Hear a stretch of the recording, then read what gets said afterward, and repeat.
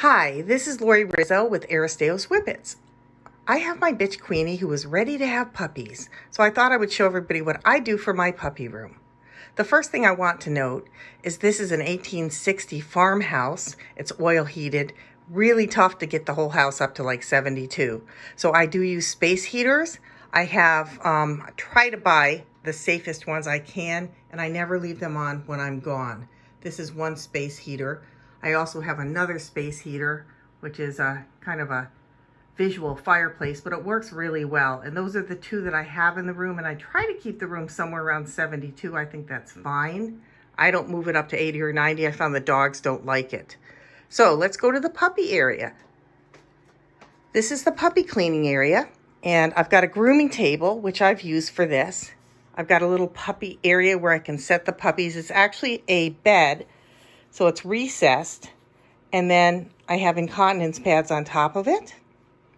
I have paper towels to grab, and then usually what I'll do is I'll paper towel and use a really nice thick cotton towel, and then I've got microfiber towels and then other towels. I've got things that I might need for the puppies initially. This is called Oral Care Plus. This is actually for Queenie. She's due to have about 11 to 13 puppies, so I will give her calcium supplementation after she started in labor. And then I've also got what's called Nursemate, which is a colostrum type of a supplement for the puppies. You give them about 1 to 2 cc's. It's not actually canine colostrum, it's cow, but it has some similar proteins in it, and it's got some calories in it. I've got my suction apparatus in case I need to suction a puppy. And you can see this one has a special tip on it, which I think is really useful. I've also got my equipment. Generally, when I'm cutting umbilical cords, I will use a hemostat and then bandage scissors. I've got chlorhexidine, which is what I open up and I put my instruments in once I start whelping the litter. Keeps them disinfected. It's also called Novosan. I've got alcohol here in case I need a quick sanitization or disinfection. And then I've also got some pads here, just some steri pads. So this is my puppy kind of receiving area to get them all cleaned up. Then finally I need to weigh them. So I have a couple of things. I have a traditional baby scale, which is tiered. You want to make sure if you use these kinds of scales that you do tear them with the, if you use a little towel on top of it, that you want to tear them with that weight on it too. But I also like to use a food scale, which I have here with this little cup. And that way it gives me a digital readout for the puppy's weight. I have a fish lamp for ambience. I have other blankets for the puppies. And you'll see this green one. Just got these this time. And they're like little puppy play area pads or incontinence pads. And they wash. They're really light and they wash. So that's what I plan to use as the base of my whelping pen.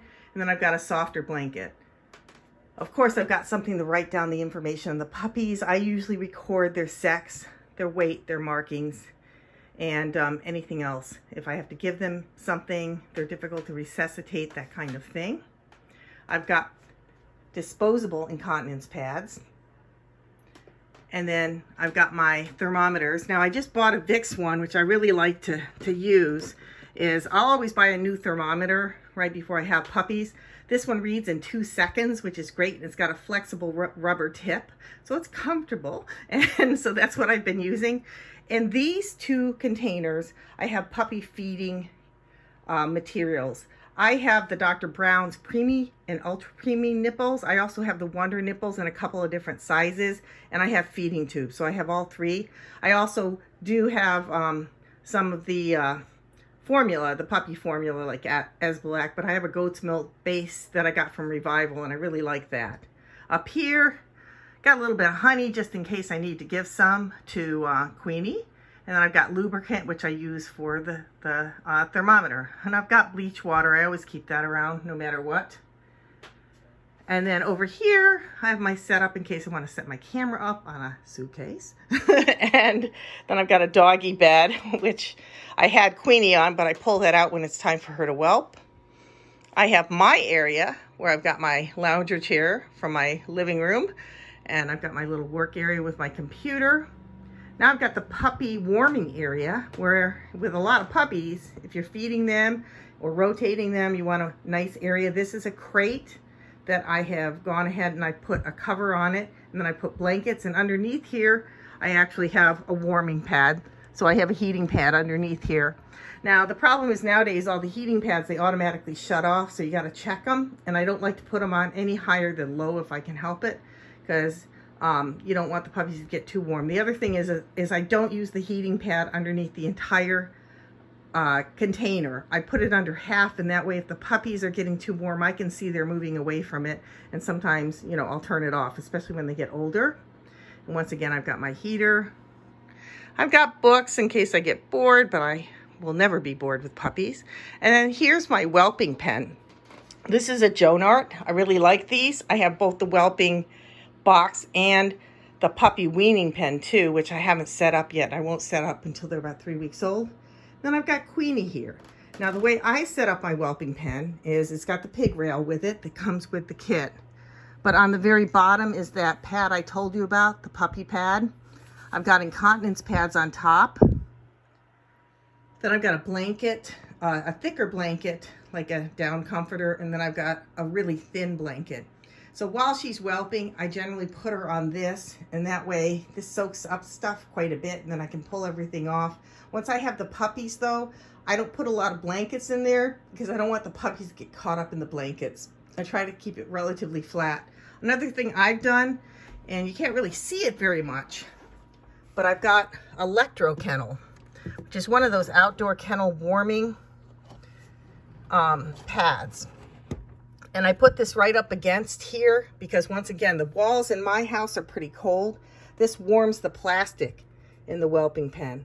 So I have that on. It's a fairly safe appliance. It's got steel around the cord so dogs can't chew it up.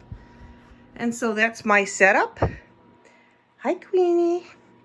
And that's my dog, who at this point I'm hoping is in the stages of pre-labor. She's getting a little uncomfortable right now, and she's actually, her due date is tomorrow. So last thing is I've got water and food, even though she ate dinner, but she probably won't be eating much more. And then just everything is locked away from the other dogs so that she has her own space. And that is my puppy whelping area.